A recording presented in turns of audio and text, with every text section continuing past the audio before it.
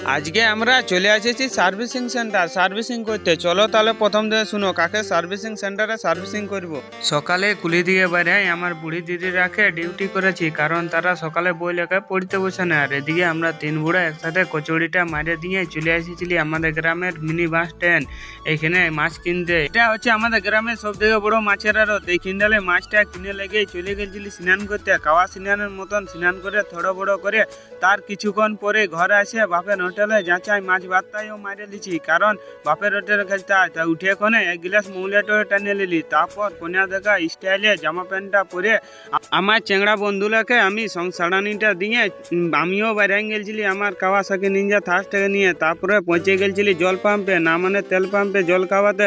আর finally আমরা পৌঁছে গেছিলি আমরা সার্ভিসিং সেন্টার। এটা হচ্ছে আমার বাপের শ্বশুরের সার্ভিসিং করাবো, কারণ অনেক পুরানো মডেল, তাই এখানে সার্ভিসিংটা করান নিলি।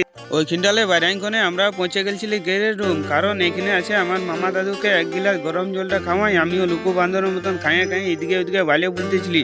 তারপরে আর কি আর বলবো, তার কলেজ যাওয়া বন্ধুকে পাই আমাকে আমার সাথে যেতেও ভুলে যেতেছিল। তখন আমি আর কি করবো, সেই পাকে আমিও স্কুলের পিঠে কাটাই কোনে চলে আমার চেংড়া বন্ধু তার গার্লফ্রেন্ডের জন্য এক বস্তা নাস্তায়ও নিয়ে নিয়েছিল। আমিও সেই ফাঁকে আমার কাওয়া খোঁদা চুলটাকে এলোমেলো করার পরে আমরাও আস্তে আস্তে এখানটালে গাড়িটা ছেড়ে এখান থেকে আমার ভিডিওটা শেষ করে দিলি। বাই বাই বন্ধুরা।